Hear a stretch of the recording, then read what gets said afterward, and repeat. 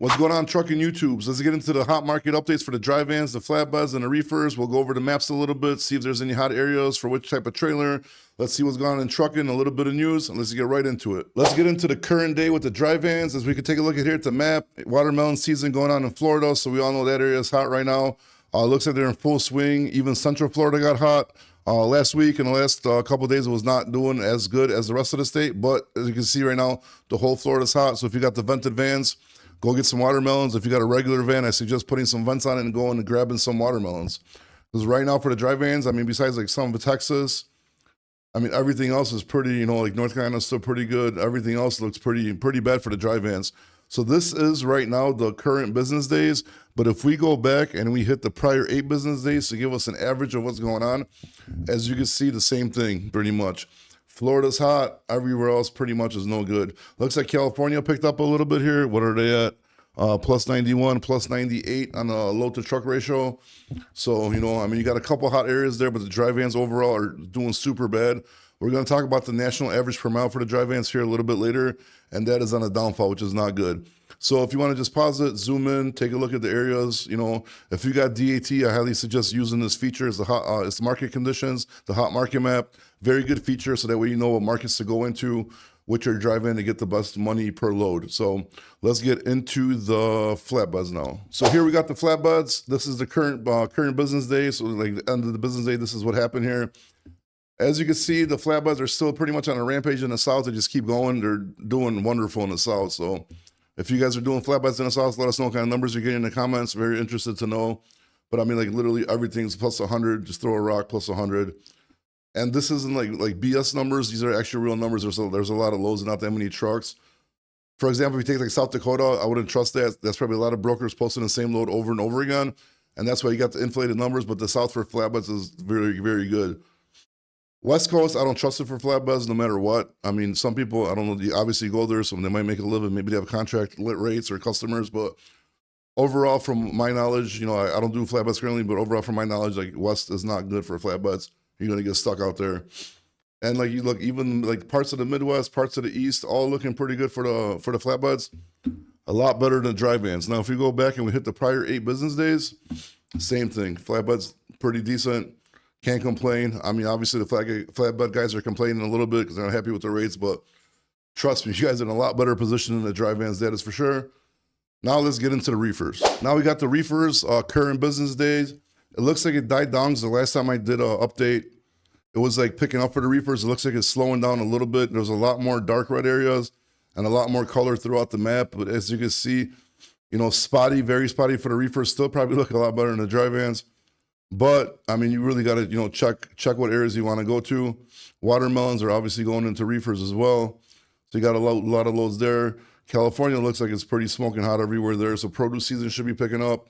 So reefers, you know, like right now, they should be like full swing, you know. So hopefully the next week, month or so, this whole map's going to be like, you know, nice colors because it is the reefer season coming up. So that, you know, that's good news for you guys. I know the market's pretty bad, but no matter what happens, produce and reefer season in the summer is going to have to get better regardless of what's going on. So that's the current business day. And we go prior 8 business days here.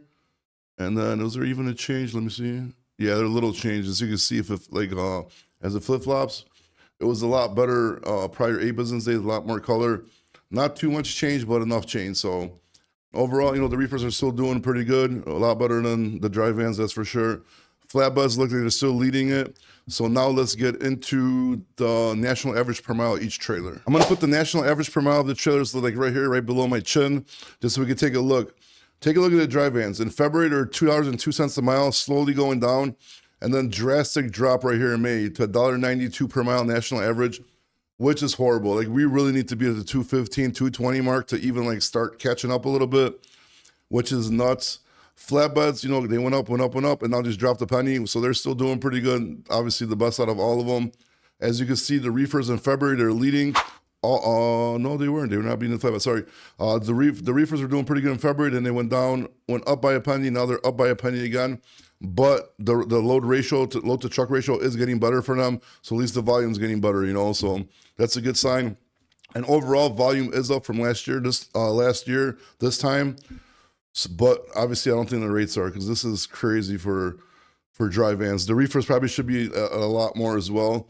So if you want to pause it, zoom in, take a look at the national average. Obviously, some people are averaging more, some less. This is overall just a national average of what's going on. Here we got the diesel national averages, $3.50 a gallon.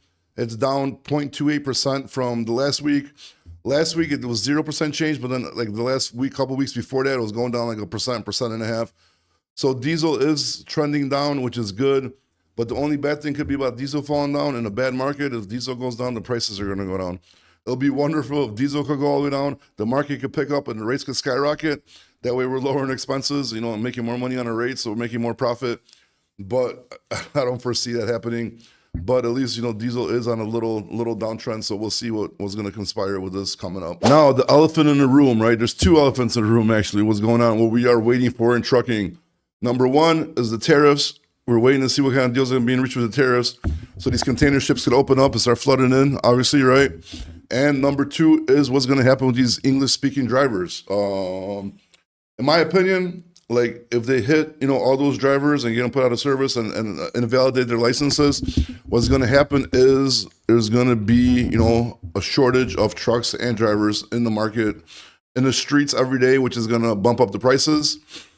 Which, I mean, it's a sad story. Like, you know what I mean? I don't know if I said this on here, on my TikToks I did, but as a kid of like immigrant parents, like I understand that, you know, people want to work hard, but at the same time, I also understand, like my dad didn't speak English growing up. He was in a factory making screws, you know what I mean? You teach him how to make screws, he's going to make them, and he did it for, you know, pretty much his whole time in America, like almost 30 years, I believe. But, you know, I would, back in the day, like when my dad was in, like just a straight up immigrant when I was growing up and didn't speak English barely or do anything, there's no way I'd put him out there in a truck driving 80,000 pounds, you know, down the highway. It wouldn't be safe, you know what I mean? Later, as he started learning a little bit more English and then he drove limos for a little bit and learned stuff, then obviously, yes, I'd probably trust him more. But at the same time, like, you know, if you're just from a different country, you can't speak English, you're over here on these visas and stuff, and like you can't even read road signs or communicate with police if something happens. Or say there's like some kind of construction signs that say something that's super important.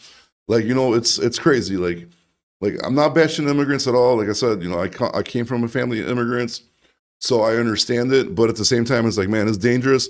And not only is it dangerous, you're messing up like people that could read, write, speak English that are here legally, that are citizens, whatever, you know.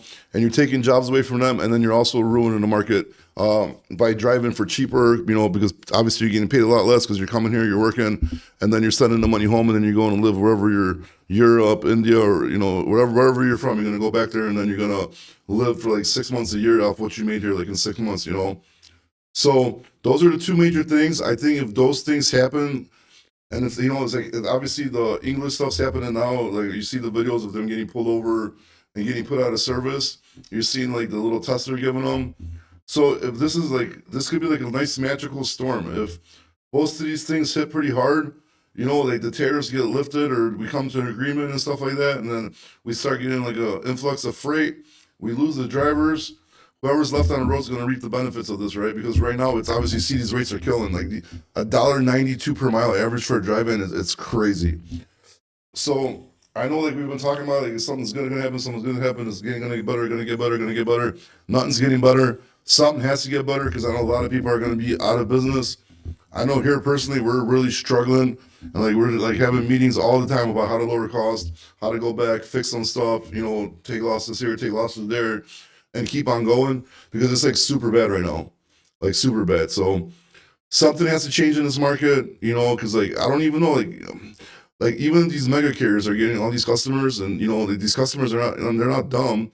They're gonna see how cheap the market is, and yeah, sure, I know a lot of their game plan is, you know, price them out of the market and then just let them slowly die off, right? That's the mega carrier's plan for everybody smaller.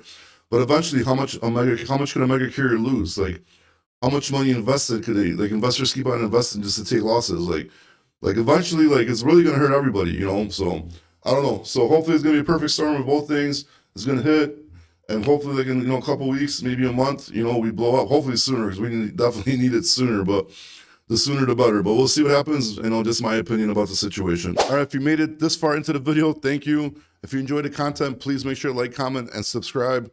Really trying to grow this YouTube channel, get it at least to the size of the TikToks as soon as I can. I really think YouTube's the future of what I want to do. So Like I said, just please make sure at least to subscribe if you enjoy the content. If not, comment that you hate it. That's fine with me as well.